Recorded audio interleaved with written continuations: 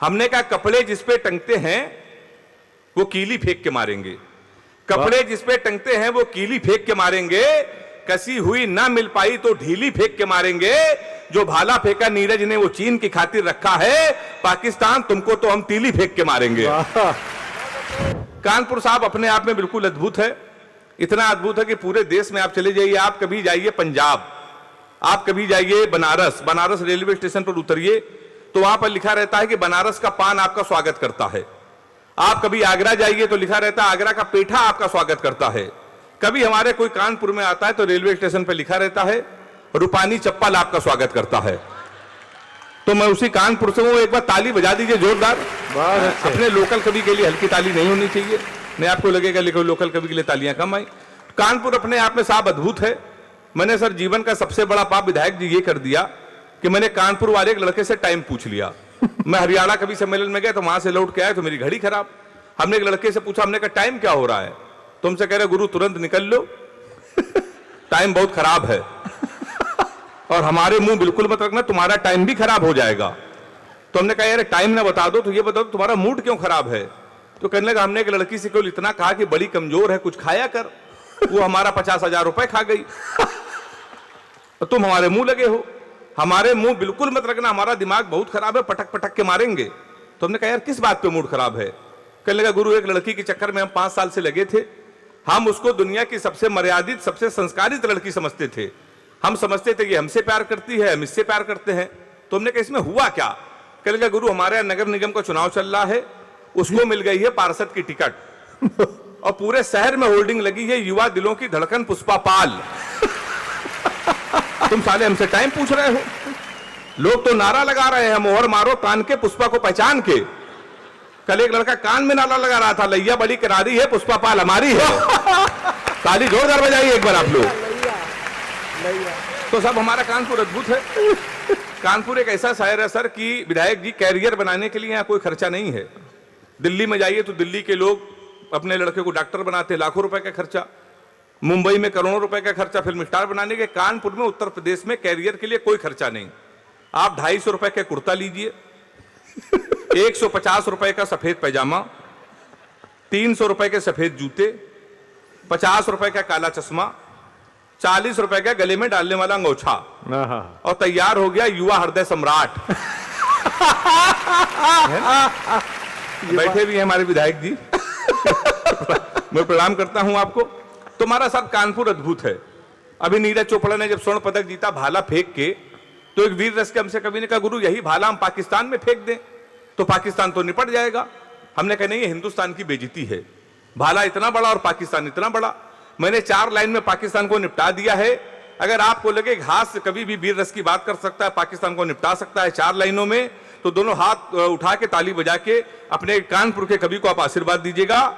हमने कहा कपड़े जिस पे टंगते हैं वो कीली फेंक के मारेंगे, कपड़े जिस पे टंगते हैं वो कीली फेंक के मारेंगे, कसी हुई ना मिल पाई तो ढीली फेंक के मारेंगे, जो भाला फेंका नीरज ने वो चीन की खातिर रखा है, पाकिस्तान तुमको तो हम तीली फेंक के मारेंगे।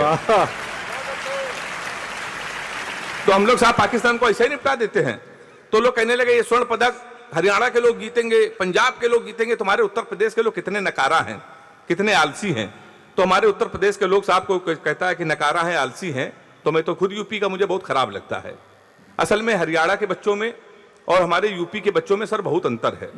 हरियाणा का लड़का सुबह 4 बजे जगता है, सबसे पहले वो जिम जाता है, जिम जाने के बाद आता है 2-4 घंटे मॉर्निंग वॉक करता है, टाइम्स ऑफ इंडिया पढ़ता है, 4-5 किलो फल खाता है, फिर वो सो जाता है। शाम को 6 बजे फिर वो सो के उठता है, फिर जिम जाता है, फिर फल खाता है, फिर 2-4 घंटे टहलता है, फिर वो सो जाता है। कुल मिला के हरियाणा के बच्चे, पंजाब के बच्चे एक दिन में 4-5 घंटे जिम, 4-5 घंटे मॉर्निंग वॉक करते हैं। हमारे उत्तर प्रदेश के लड़के, खासतौर पे कानपुर के, सुबह 9:30 बजे सो के उठते हैं, वो भी तब जब उनका बाप उनको लतियाता है। और उसके सबसे पहले वो जाता है घर के नजदीक पुलिस चौकी, दरोगा के साथ एक सेल्फी लेता है और फेसबुक में पोस्ट करता है, नए चौकी इंचार्ज रामकिशोर कनौजिया भाई साहब का सानिध्य प्राप्त हुआ। बारीक ऑब्जर्वेशन। ये होता हमारे कानपुर में। फिर आके वो सो जाता है। शाम को 7-8 बजे उठता है, जब वो बियर की बोतल खोदता है 4-4 लुंडों के साथ, तो उसी दरोगा को प्रेशर में फोन लेने के लिए स्पीकर खोल के फोन करता है, भाई साहब प्रणाम, पहचाना? तो दरोगा समझता गुरु इस समय उसके मुंह न लगे, उस समय तो उसके लगी हुई है। दरोगा उसका फोन काट देता है।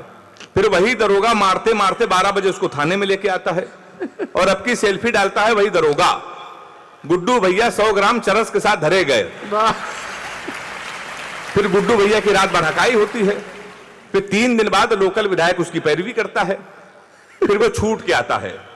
छूटने के बाद वो लेता है सेकेंड हैंड स्कॉर्पियो 1,80,000 की। फिर वो शहर का सबसे बड़ा भंडारा करवाता है। भंडारे में अगर गर्म पूरी ना मिली तो वो फिर गोली चलवा देता है। गोली चल चुकी होती तो फिर वो विधायक बन जाता है। विधायक बनने के बाद हमारे सामने बैठ के कवि सम्मेलन को सुन रहा। लेकिन ये आदरणीय महेश जी के लिए हम कह नहीं सकते। तो आपको प्रणाम करते हैं। हमारे तो आप संरक्षक हैं। हमारे विधायक सर बहुत अच्छे हैं, बहुत अच्छे विधायक हमारे हैं। कानपुर के अन्य जो दलों के विधायक हैं वो भी बहुत अच्छे हैं। अभी मोदी जी ने सफाई अभियान जब पूरे देश में कर रखा तो हमारे कानपुर में भी सफाई अभियान चल रहा था। तो अभी 1 महीने पहले हमारे कानपुर के एक विधायक जी ने एक वृक्ष लगाया, एक पौधा, उसको आधे घंटे बाद बकरे ने खा लिया। शाम को विधायक जी ने उस बकरे को खा लिया। तो मैं ये नहीं बताऊंगा किस दल के हैं। तो मैं उसी कानपुर का हूं साहब। हमारे यहाँ कानपुर के लोग इतने अद्भुत होते हैं कि मैं आपको बता नहीं सकता। तो वीर रस के कवि सम्मेलन हमारे यहाँ जब होते हैं तो वीर रस के कवियों को हम लोग कम बुलाते हैं। तो हमारे डॉक्टर साहब हमसे कहते हैं दादा कि यार कानपुर में वीर रस के कवियों को तुम लोग क्यों नहीं बुलाते? तो हमने कहा सर ऑलरेडी कानपुर में इतनी वीरता है कि हम लोगों को बुलाने की जरूरत ही नहीं है। आपने कभी सुना कि 7-8 आदमी को मारने वाला आदमी भगवान के दर्शन करने गया हो? सुना कभी आपने? ये केवल कानपुर में संभव, क्योंकि उसको मालूम है जाना तो भगवान के पास में ही है। तो ये हमारा कानपुर है। इतनी वीरता हमारे यहाँ ऑलरेडी है। अद्भुत है हमारा साहब कानपुर। तो 7:30 बजे एक दिन हमारे पास यादव जी आ गए। कहेंगे हमको पांडे जी आशीर्वाद दे दो, हमको डिस्कवरी चैनल जाना है और शेर के साथ सेल्फी लेनी है। हमने कहा शेर के साथ सेल्फी लोगे तो मर जाओगे। कहने का क्यों, मोदी जी तो जा सकते हैं। हमने कहा यार वो देश के प्रधानमंत्री हैं, पूरी व्यवस्था उनके साथ चलती है, तेरे पास क्या व्यवस्था है? तो उसने कहा पांडे चिंता ना करो, एक क्वार्टर हमारी जेब में पड़ी है, हमको जाने दो। और वो यादव जी गए, उन्होंने शेर के साथ सेल्फी डाली। 15 जनवरी में कानपुर में उनकी याद में कवि सम्मेलन है जिसका संचालन डॉक्टर कुमार विश्वास जी कर रहे हैं। मुख्य अतिथि आदरणीय हमारे महाना जी रहेंगे। तो हमारा सर कानपुर अद्भुत है। कोरोना के समय कवि सम्मेलन ये बंद हो गया था, उसके बाद कवि सम्मेलन शुरू हुआ। तो मैं लपेटे में नेताजी में एक शो में आता हूं, तो एक नेताजी ने यूपी के कह दिया था कि वैक्सीन नहीं लगवाएंगे, ये भाजपा की है। तो हमने 4 लाइन से उनको निपटा दिया। हम लोग आदत से मजबूर। लपेटे में नेताजी में नेताओं को लपेटने के लिए ही हम लोग बुलाए जाते हैं। तो एक नेताजी ने कहा वैक्सीन नहीं लगवाएंगे, ये भाजपा की है। तो मैंने 4 लाइन में उनको निपटा दिया है। अगर वो निपट गए हो तो पूरा सदन हाथ उठा के मुझे आशीर्वाद देना। जिन्होंने कहा कि वैक्सीन नहीं लगवाएंगे, हमने उनको 4 लाइन सुनाई। हमने कहा सबको लगेगा दिन में, तुमको रात में लगाएंगे। जो बच के निकल के भागेगा उनको घात से लगाएंगे। राम भक्तों को टीका लगेगा आराम से बहुत, पर दंगाइयों को योगी जी अपने हाथ से लगाएंगे। हाँ, तो हम लोग को साहब ऐसा ही निपटा देते हैं। तो आप समझ गए होंगे, ताली बहुत अच्छी आपकी आ रही है। जब 370 हटी तो इमरान खान ने कहा इस पर हम इंटरफेयर करेंगे। तुमने कहा यार ये हमारे घर का मामला है, मोदी जी इसके लिए तुम्हारी क्या जरूरत? तो मैंने 4 लाइन में इमरान खान को भी निपटा दिया। अगर वो भी निपट गए हो तो बिना फिर समर्थन करना। हमने कहा इमरान ज्यादा बोलोगे तो तुम्हारी दस्तार चली जाएगी, सर की पगड़ी। हमने कहा इमरान ज्यादा बोलोगे तो तुम्हारी दस्तार चली जाएगी, गोली चली इधर तो उस पार चली जाएगी। हमारे घर के मसले में तुम अम्मा ना बनो, अमित शाह को भेजेंगे, तुम्हारी सरकार चली जाएगी। चलिए, तो हम लोग साहब इस तरीके से निपटा लेते हैं। तो मैं लपेटे में नेताजी में आता हूं, इधर भाजपा के लोग बैठते हैं, सामने कांग्रेस के लोग। भाजपा वाले कहते हैं कि हमने 5 साल में बहुत कुछ किया, कांग्रेस वाले कहते हैं कि हमने कुछ नहीं किया। ये डिबेट हमारे घर पे चली आई है। मान लीजिए पत्नी अगर बीजेपी से है, पति अगर कांग्रेस का है, समाज में मजा आ जाए तो मुझे फिर आशीर्वाद देना।